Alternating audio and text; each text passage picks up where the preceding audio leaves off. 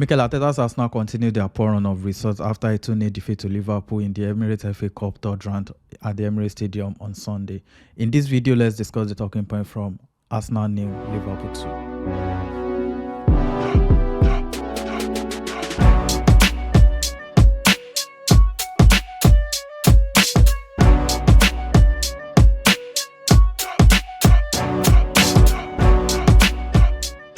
What's up, guys? Welcome back to my YouTube channel. It's your boy Santi. If you're already here, kindly smash the like button. If you're new, kindly subscribe to the channel and support your boy as I push my way to 10,000 subscribers. It was another disappointing result yesterday after what has been a recent poor string of results. Yesterday was a different story for me entirely because I feel like the whole team was good yesterday. First talking point from this game: get a goal scoring striker. It's not negotiable at the minute. It's top of the priority list right now, because in recent weeks our problems has been finishing. We've been creating loads of chances, but we just cannot finish it, and we don't have that de facto striker that can get a goal out of nothing, out of half chances, shoot out of nowhere. We've just not been clinical in front of goal, and it's because it's starting to hurt us a lot. In the last 7 games, we've only managed 1 win, and out of those 7 games, it's just 1 game that I can say the team performed poorly and deserved to lose due to their overall team performance. But 6 of those games, we deserve to get something, at least a draw out of 6 of those games, because we created loads of chances and we just couldn't finish our chances. And if you look at the game yesterday again, it was the same case. It was the same thing against Aston Villa. It was the same thing against Brighton. We're lucky to score 2 goals against Brighton, even though we should be scoring more. We missed loads of chances in that game as well. Against Liverpool at Anfield, it was the same story. Against West Ham just last week, it was the same story. And Liverpool yesterday again, we should be comfortably ahead, like 2 to 3 goals in that first half yesterday. 19 shots to Liverpool's 12, 13 to 2 in the first half alone. Big chances 4 to 1 in the entire game, 3 to 0 in the first half alone. Touches in the opposition box 51 to 26 the entire game, 28 to 7 in the first half alone. I start from pressing 14 to 6 and 8 to 4 in the first half alone. There's nothing that suggests we shouldn't be winning that game comfortably yesterday. We absolutely played them off the park. Better team on the night. If we put our chances behind at the back of the net, we'll be winning that game with at least 3-0 yesterday. So you're trying to blame the manager for the fact that these players cannot put the ball at the back of the net. Saka has been stinking it up for weeks, and people are scared to call him out. But you can come out here and say, oh, Martinelli has been stinking it up. When do we start addressing the root of the issue? Arteta is not perfect. He's not a god. He has his own deficiencies as well. Against Fulham, said something about, if you're not playing a certain profile of player, don't make him do what his profile is not suited for. Because against Fulham, I saw Kivior trying to invert into midfield. It's not Zinchenko, it's not Timber, I cannot do it. And yesterday, he played him as a natural defender. Your job is to defend. And for me, I think it was decent until the unfortunate own goal, which I feel like it was extremely poor on that occasion. But before then, I think it was decent. He had a good game. And the fact that we suffered going forward against Fulham, we couldn't get the ball forward, we couldn't break their lines because there was no Zinchenko, and Declan Rice going forward is not that elite. It's not at that stage yet. And he brought in Jorginho yesterday, and I feel like Jorginho did a very good job going forward. We created loads of chances. He switched it up front as well to put Kai Havertz up front. Kai Havertz was poor on the ball, I won't lie, but even at that, he missed 1 big chance and managed to create 2 big chances for others to score. But nobody just could. I don't get it. Nobody could just put the ball at the back of the net. So at this point, if we are creating loads and loads of chances in every game, and our major striker is even out of it, and the players we are overly reliant on when it comes to output are misfiring. They've been doing this for close to 2 months now. So what's the point? Go into the market and get a goal scoring striker if the budget permits. If the budget doesn't permit us to get a goal scoring striker this month, then we're in trouble. We are seriously in trouble. By a miracle, maybe Saka starts scoring again, Martinelli starts scoring consistently, not like you're scoring in 2 goals, you are blanking 3 games. Consistently, that's the only way we can salvage our season now. Because if we're waiting for this guy to continue playing like this and we still can't get a goal scoring striker into this team, then our season is done. If you ask me, it doesn't make sense. Odegaard at the beginning of the season was shooting aimlessly. People were criticizing him like, you don't get to shoot every single time. You're a midfielder. You're supposed to be a creator for your teammates. And in recent weeks, he's been creating a lot of chances for them. But what have they been doing with it? In our last 3 games, we accumulated XG of like 6.47 XG, and we scored 1 goal. 1 goal from 6.47 XG. In the last 7 games, you date it back to the Aston Villa game, we've accumulated nearly 10 XG and we scored 4 goals. This is not good enough. If you look at the bigger picture, the system is there to make them flourish. No manager in the world will come onto the pitch to pick your feet and kick the ball to the back of the net. A manager's job is to put in a system in place to get you into your opposition half easily, create loads of chances, defending.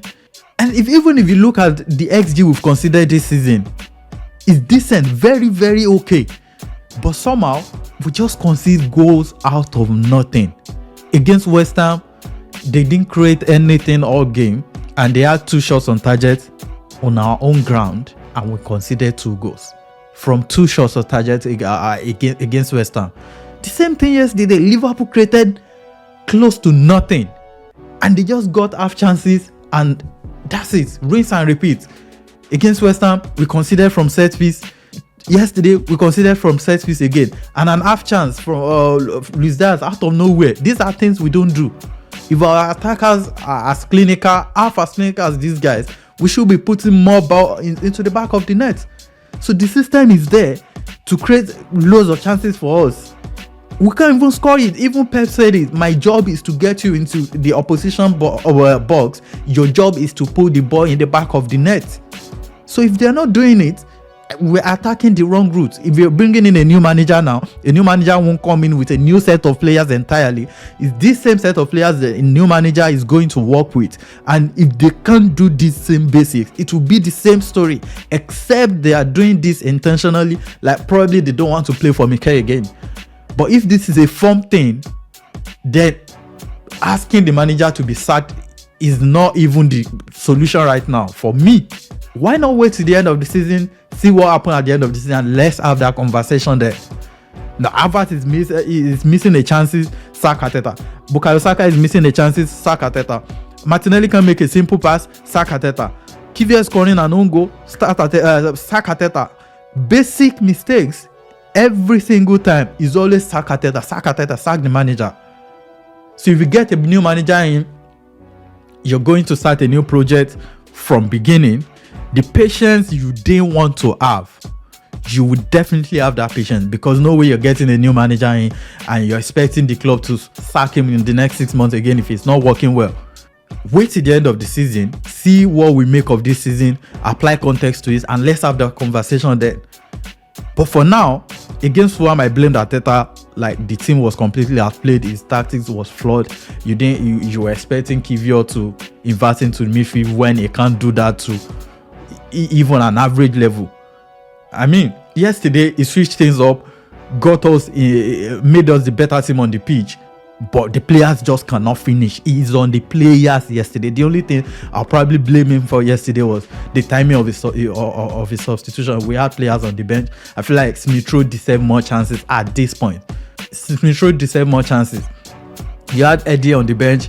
You have all of these guys. Just bring them on. I mean, Klopp had the worst team on the pitch yesterday, and he still made the sub and somehow won the game. But we left it late, and we're bringing in Eddie and all Smith Rowe and all of these guys in the last minutes to come and do what? That's the only thing I'm blaming him for. His sub was the only thing. But the rotation yesterday was perfect for me. It made us the best team on the pitch yesterday. They just could not finish the job, their own proper job to do. They just couldn't do it. That's on the team. 70% of yesterday's result is on the team and 30% on the manager for me. Now, we need a goal scoring striker. It's not even negotiable. If we are creating these more chances for the likes of Tony or Sime, it's not it's not negotiable. We need it, and we need it now.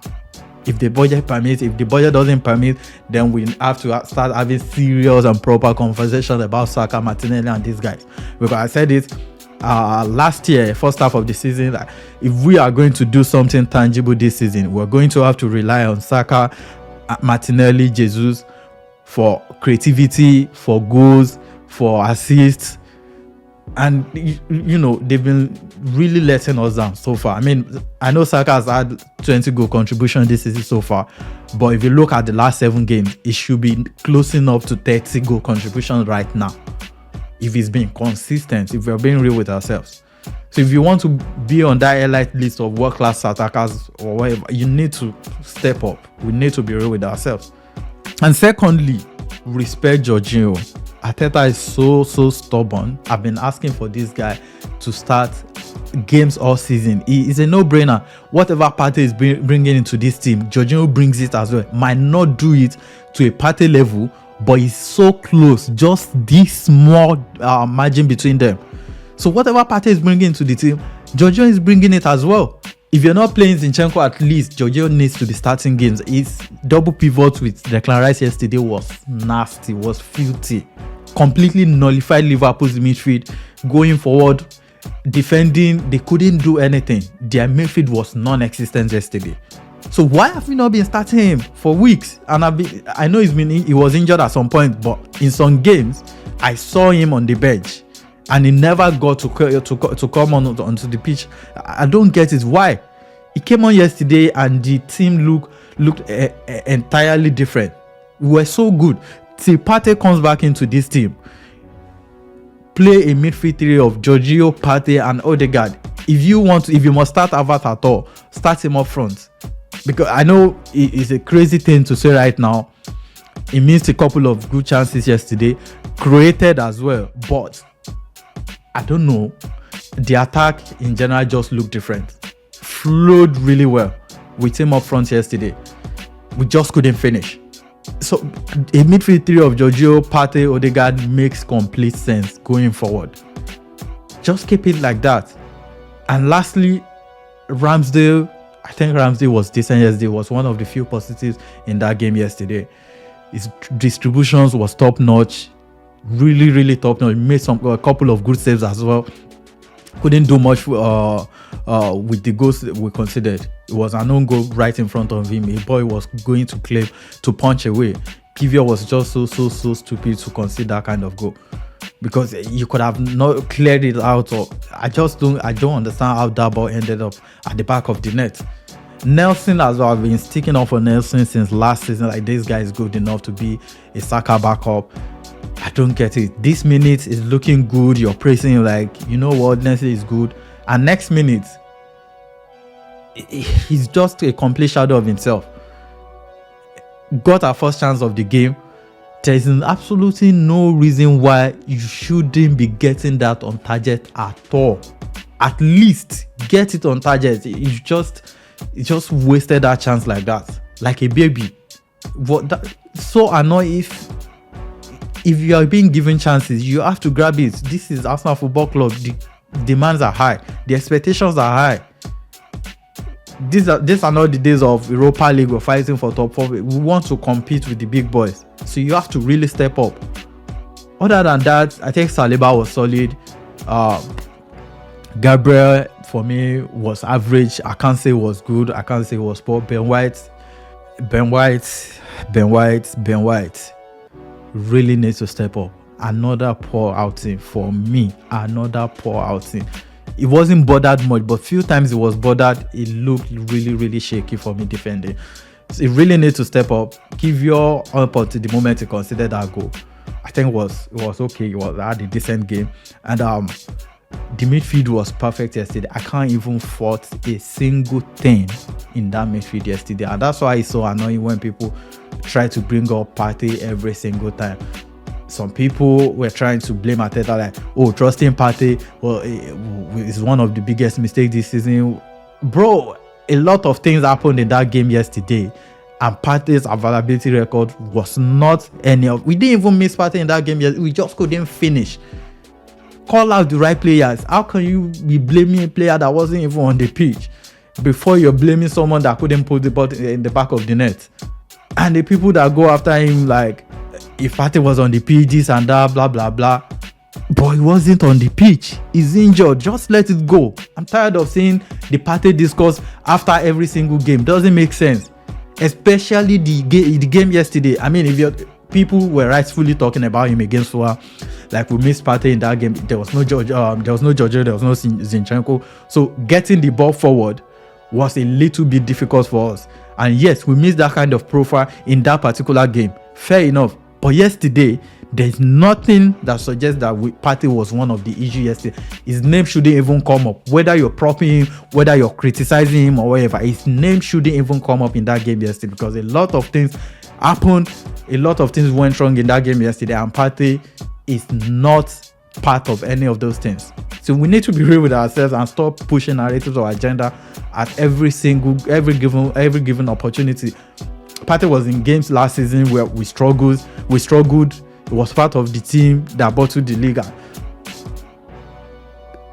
A lot of things is wrong with this team right now, and I think it's the least of the problem. If you look at the bigger picture, it's the least of the problem right now. We've been creating a lot of chances. We just cannot finish.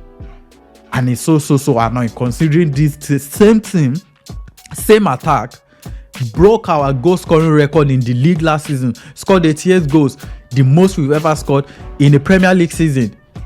And the following season, the person with the highest goals so far this season out of those front three is Saka with 5 goals. How poor is that? How sustainable is that going forward? So if the budget permits us, even if it's a low budget striker that is in form right now, someone like a Solanke, get him in till the end of the season. See what he can do. If he can bring that firepower for us, I mean, we'll say that, okay, at least we tried to fix this problem. Because getting Osimhen in January is impossible. Ivan Toney is being quoted for 100 million, which doesn't make sense. So it will have to be a matter of quick fix right now and get a proper firepower in the summer for me. Let me know what you think about the game. Let me know your thoughts. Kindly smash the like button. It helps this channel go a long way.